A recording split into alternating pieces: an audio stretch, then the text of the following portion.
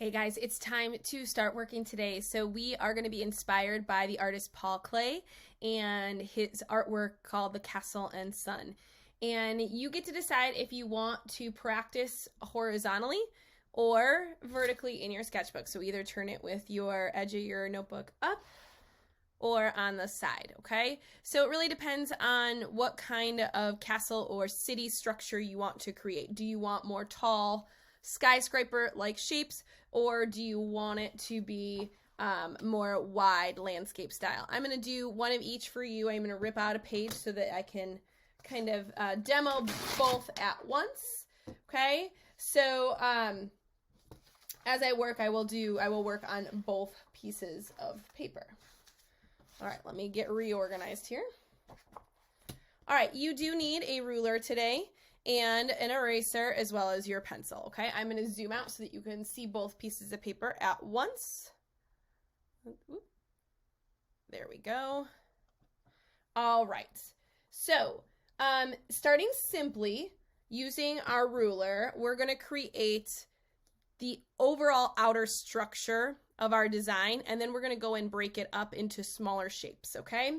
So making sure that I'm not using the edge of my paper as a true edge. I'm going to line my ruler up, and it's a little tricky on the side here. And I'm going to make sure that it's not diagonal as much as possible. So I'm making sure it's parallel to this top edge so that my ruler isn't crooked at all. So you can see it, I'm going to pull it down here. And I'm just going to make series of tall rectangles, essentially. So using my ruler. Okay, so there's rectangle number one.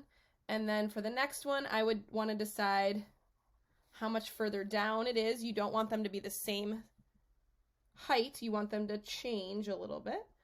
Making sure my ruler is nice and straight, and so my lines aren't angled. And I'm going to drop down pretty low for this one. Line up. And then it looks like I've got room for maybe one more. And if you notice, all of mine connect. So the line prior is helping me make the next rectangle. So I'm going to go up for this one. So lining my ruler back up. And then over. And then again, I'm not using the edge of my paper as the side of a building. I'm making it separate, okay? So I have 1, 2, 3, 4 rectangles. If you want to do yours vertically, you may begin. If you want to see me work on it horizontally to see what it would look like over here, that's up to you. So essentially, I'm going to get more buildings out of a horizontal page, but they're going to be shorter.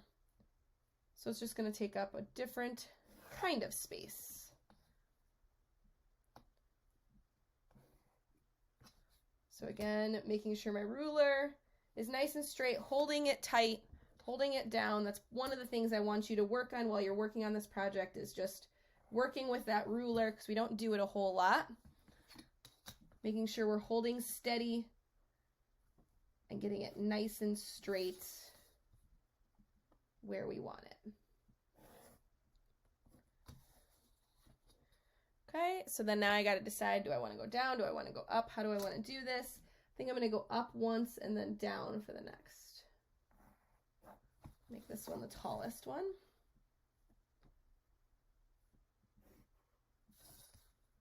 And then coming down. And then I'm going to make a short one over here.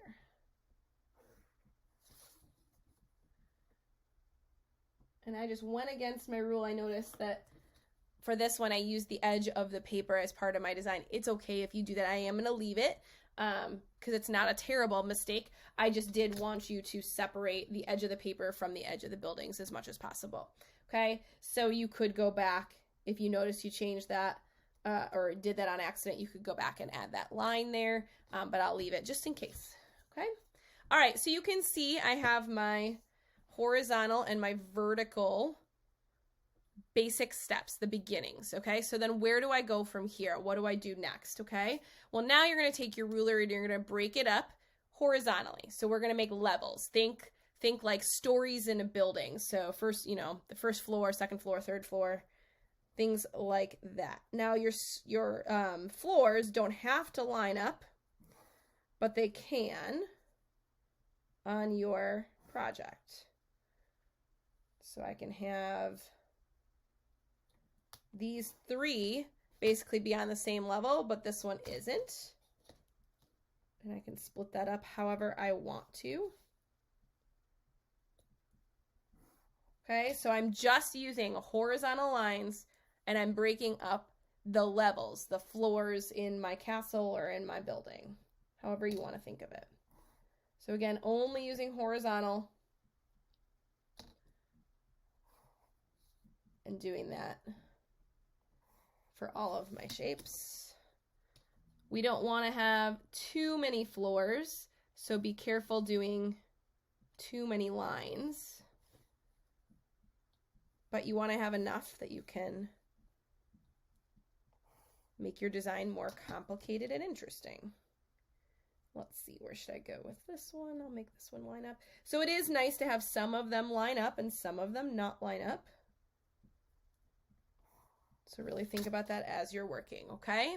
All right, so I would say this one is done. I'm going to move this off to the side, pull this one out.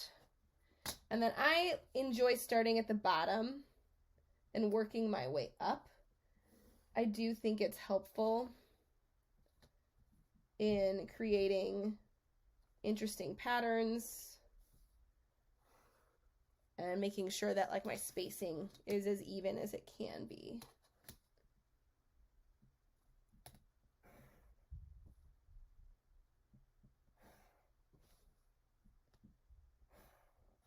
Okay.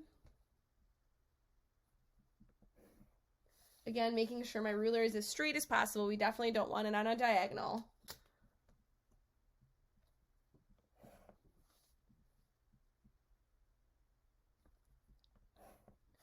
So again, step 1, make those rectangles. Step 2, break up the floors of your design. Okay, so I think I'm good. So I've got my 2 different examples ready for the next step. So now we're going to play with triangles and diagonal lines, and this will be the last structural piece that you can use and change in your project. So, you know, we are being inspired by an artwork that's called Castle. So if you want to add triangles to the top, I just made a dot sort of in the middle, and then I'm going to take that dot to both corners of the top of a building to make a nice triangle top over here. I could do this to all of them. I could do it to none of them. That's completely up to you and how you want to work. Now, if you're like me, I'm kind of getting caught by the edge of my notebook, so be careful with your ruler. But when we do our final copy, we won't be in our notebook anymore, so it shouldn't get in your way. Okay, so I think I'm going to leave this one without a triangle top, but I am going to do a triangle top over here. Okay, so then from there, you can use diagonal lines and more triangle-like lines to split up your design. Okay, so going corner to corner and splitting it like so. Adding triangles within the square, so finding that middle point again and then drawing to your edges. Always using my ruler. I'm not freehanding any of this. Switch your diagonals to the other direction if you want.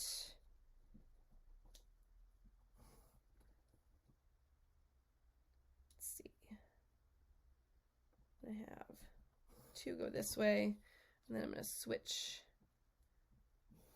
over here.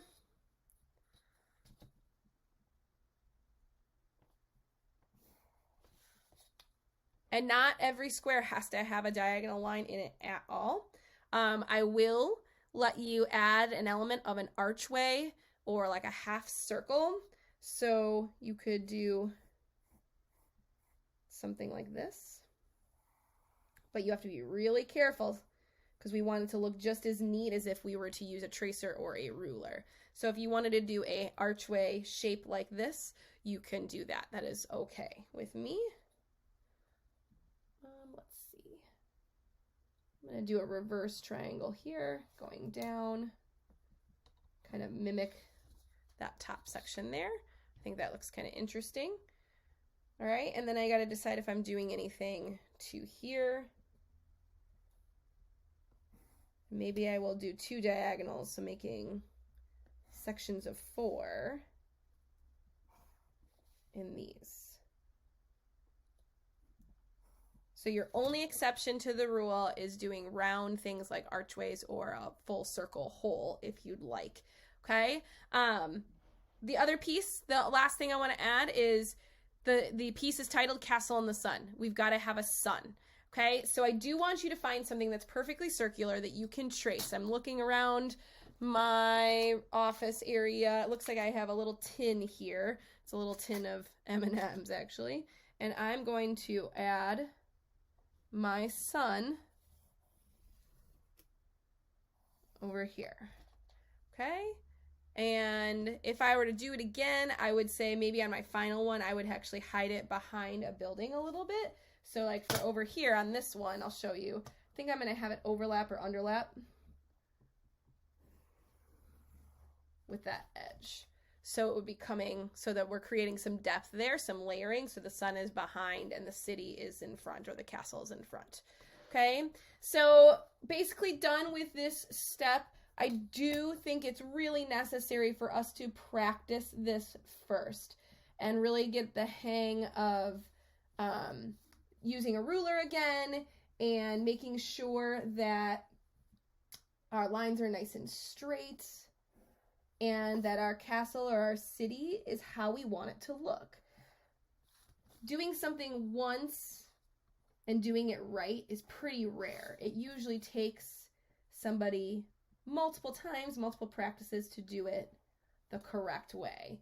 Okay, so I will spend a little bit more time kind of developing my second example, and then I'm going to be inspired by these examples to pick kind of a final design for my good paper for our next lesson. All right, guys, I hope you enjoy the process. Those of you that like rulers and straight lines will really enjoy this, but I promise you, if you're not big on using a ruler and this part is a bit of a struggle, our next steps when we color and paint this will feel a little bit more comfortable for you. All right, guys, have a good one.